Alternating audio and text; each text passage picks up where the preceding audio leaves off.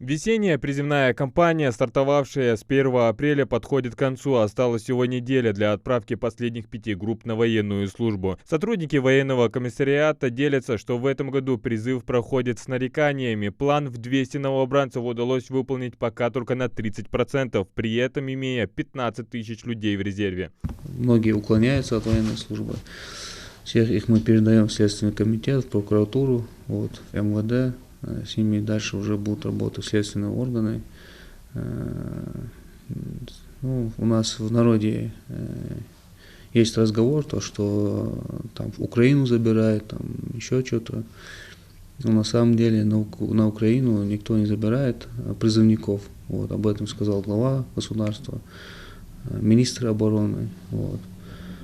С округа на сегодняшний момент на Украине призывников нет вообще ни одного из республики нашей.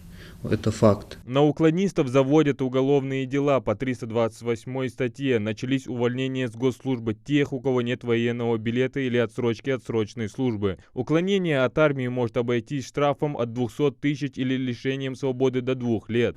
Процент изъятия граждан олсона эсимерту 100% маркиаз. То есть бәсәгә егер цасык мавац даугур.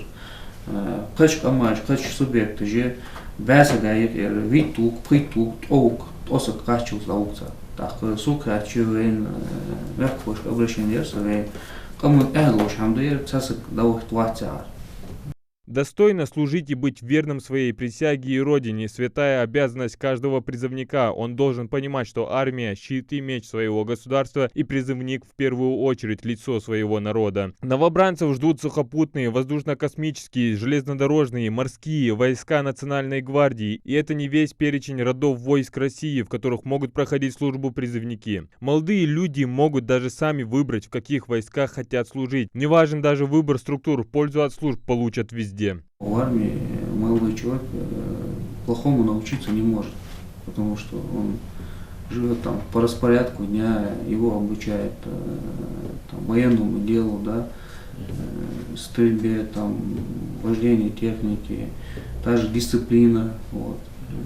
Молодой человек, отслуживший год, прибывает домой, и родители говорят, что он поменялся он в лучшую сторону, и это правда.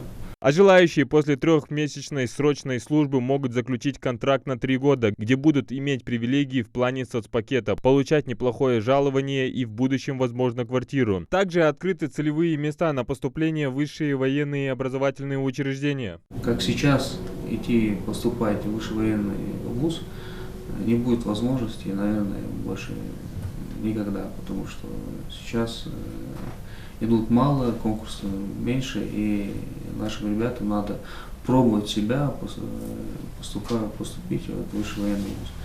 Кому это было недоступно раньше, сейчас это, мне кажется, будет более проще, доступнее. В Республиканском военном комиссариате заверили, дальнейшая служба призывников в воинских частях будет контролироваться. Это касается и срочников, и подписавших контракт. Адам Гулоев, Рамзан Зурабов, Новости 24.